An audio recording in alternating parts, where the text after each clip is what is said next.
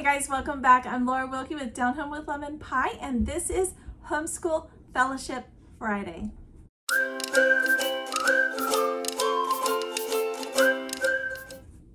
Hey guys, welcome back. I am a Christian stay-at-home homeschool mom. I have 7 little ones. We've been homeschooling since the very beginning, and this is kind of our minimalist homeschooling, the absolute bare minimum items you need to get started right away. Homeschooling is becoming so popular right now. It's available in all 50 states, and a lot of them have very limited regulations. So if you are looking into homeschooling, definitely subscribe. I'm giving out tons of useful information every single Friday, or you can go over to the playlist and see all the previous Fridays you've already missed. They are listed in the Homeschool Fellowship Friday playlist, but let's get started. This is like I said, our minimalist homeschooling. We are coming up to school supply time. Everything's on sale. Everybody's stocking up. And these are like the basics, like to get you started right away, low finances as far as how much it's all going to cost. This is a very time of year when everything's so expensive. This is not only the time of year, but we are in the middle of inflation. So everything costs an arm and a leg. If you can cut it down, I definitely recommend it, and that is what I always do. I'm a thrifty mama, but I'm going to save the very best one, my favorite one, for the very end, because I feel like it's the most important, and it's also the one I use the most. So stay tuned. You'll see that. Okay, when I started making this list, minimalist homeschooling, what you need, the very basic things you need, and I kind of laughed at myself as I wrote down the first item, but yeah, it's just a joke. But children, I'm just gonna say it, you need kids. Probably your own would be a good idea. So the first thing I have on my list is children. Yes, I have a sense of humor there. My husband might tell you otherwise, or that it's not very good, but anyways, the second thing I wrote down are a coffee maker or some sort of pick-me-up for mom, whatever that means to you, and snacks. You need more snacks than you probably think you do. Have you seen the meme where it's like first breakfast, second breakfast, and all of this for homeschoolers? It's just funny. Okay, let's get started on the real items. Those are just kind of the silly ones, but honestly, you need access to books. You can learn so much through just reading, or even having, even if they're not even yours, maybe you have a library card or a good library nearby. If you don't, I highly recommend you do your research, because and then you just purchase them. Why not? It's so useful, and you can get so many good books from places like Book Outlet. The link's below if you need a link to there with a discount. Thrift books, thrift stores, Half Price, Costco. There's all kinds of places you can find good deals.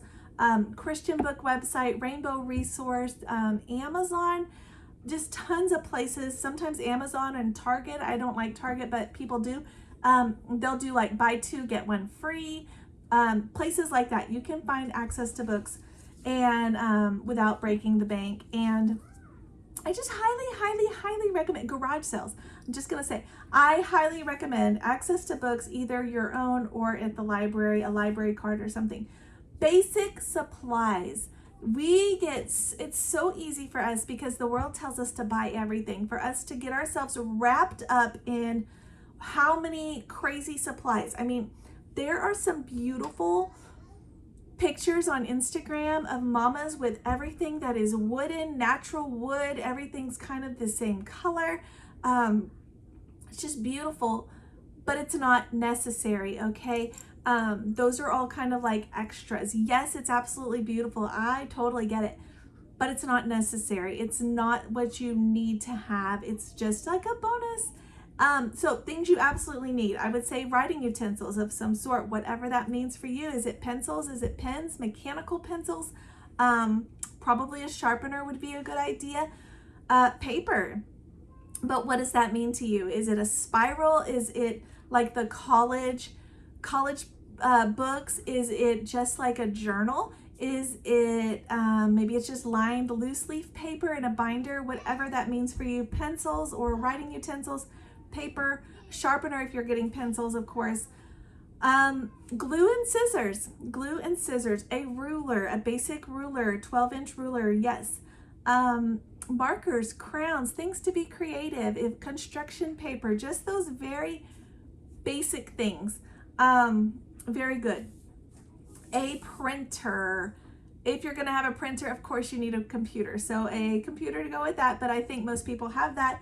So a printer. There's so many free resources, guys, for homeschooling. I even have some videos I've done in the past that are on the Homeschool Fellowship Friday playlist if you want to go back on those. But even a printer to just print out, there's, like I said, there's free stuff, but also to print out things that you might want to utilize in your homeschool. Like maybe you're wanting to print out some maps or some pictures of things that they can draw or color, whatever.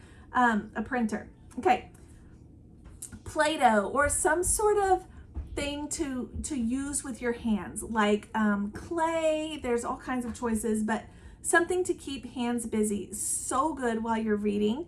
Definitely necessary there, but also great for little bitties. It helps with fine motor. It strengthens their hands. Yes. And you know what? My oldest, she absolutely loved when we would do like models. Instead of me having her do a worksheet, I would say, okay, make a model of this, like of the heart, for example, when we studied the heart, or of when we studied different land formations and how erosion or how rivers work. She made models and then poured water. It just was such an easy way for her to learn. So something like that, whatever that means to you. But for us, Play-Doh, because it's cheap, or you can make your own, but it's like 50 cents a can and it's super soft. And if it dries out, you throw it out, you're out 50 cents. Not hard. So I can make my own, but I actually do prefer to just buy it because it's just so cheap. A chalkboard or a whiteboard, so good if you are doing something where the kiddos need to do something like handwriting practice or Bible verse practice or writing. If you're going to play a game and you want to keep score, if you are having like something that you're going to write out for them to copy, you can do it on that without wasting the paper. So definitely recommend that, and either one, chalkboard or whiteboard or both. And it doesn't matter. You want it big, you want it small, whatever works in your space. We had a huge one at our house when we lived in Texas because we had the space for it. Now we're in an RV. We don't have so much space, so we just have a mini one that is magnetized to the refrigerator. So it's super simple that way. But either way, it doesn't matter.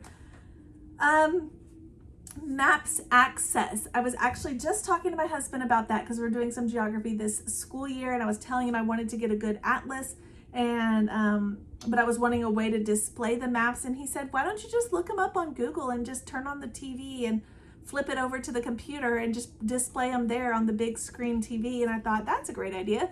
So we will probably do it that way. But some way, however that is for you, to access maps so that you can study and teach. Math manipulatives. These can be so expensive if you go through curriculums, or they can be literally something so simple as a bag of dried beans. Like less than $1? You could use Cheerios. You could use marbles, like the flat glass marbles you get at the dollar store. We use those a lot. You can use acorns. We've used those. We've used pine cones. We have used all kinds of things that we have just found, but some sort of math manipulative is a great idea. One time we were doing something math and there were just like our box of markers on the table and we just used those. It literally does not have, I feel like so many times we just overthink a lot of things because it's available to us to overthink. Does that make sense? Like we know that we can spend $50 for the math manipulative kit, or we could just buy $1 bag of beans, but because it's available, we think we have to have it. So true. Okay, this is a short video, guys. I only have 2 items left on my list. The next one could be 2 items by itself, or you could have one, but I do one.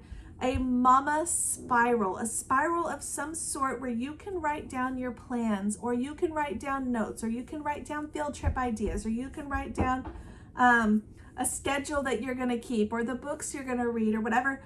Or you can do like we do. I've called it a reverse journal, but that's not really a good name. I need a new name for it. But basically we would write down what we actually completed versus like maybe a reverse planner. I don't know. But instead of planning and then trying to cross off all the things that I planned it for us to do, I would do the reverse. And at the end of the day, I would write down the things that we actually did. So much more effective and makes you feel like you're accomplishing things instead of a failure who can't get anything done. Just gonna throw that out there. But yeah, some sort of spiral. I usually try to get something super cute. And I spend maybe a little bit more on it, but I'll get it like at Ross or somewhere that sells them for a little less, but something cute so that I can find it easily and don't mix it up with the kids stuff or whatever. But yeah, just a little spiral where you can jot down things and have it all together. And my last but not least, this is the one I use the most often, and I think it's just as important as anything else that I talked about on this list. And it is a camera. Maybe it's your phone, maybe it's an old-fashioned camera, like an actual camera. Either way, some way to document your homeschool journey. I feel that is an absolute must because these are precious times. These are precious memories that you guys are exploring and going through and having together. And it's just a beautiful time. It needs to be documented. It just does. You will look back on even those hard days and remember the joy and remember the fun and see the progress, even at the end of the year, looking back through your pictures and seeing how many things you actually accomplished, because without fail, we all feel like a failure at the end of the school year, like we got nothing done. But when you start going back through your pictures or back through the work, their spirals or whatever, their journals or whatever it is, you start to see all of the things they got done and they accomplished and their growth, and it's just so fulfilling. So definitely highly recommend a camera or some other way for you guys to, a journal, whatever it is, to document your homeschool journey. So guys, that is the minimalist homeschooling supply list. You don't need a ton of stuff. You really don't. You don't even need a full curriculum. You don't even need, you could spend thousands of dollars on school supplies. You don't need all of that. I am going to do some future videos though about the things that we are actually going to be buying this school year versus, for this school year. And I'm also going to do a video on some other school supply preparation type things. So if that sounds interesting to you guys and you haven't already, do like and share and subscribe. All right, thanks for joining me for Homeschool Fellowship Friday. If you're not already, we are going through this book together for M is for Mama on Mondays. You can go over and click to find that. We're going about chapter by chapter through this book, and it is so good. So if you're missing that, go back and check it out. It is very good, and it will be a blessing to you guys. Thanks for watching. I'll see you next time.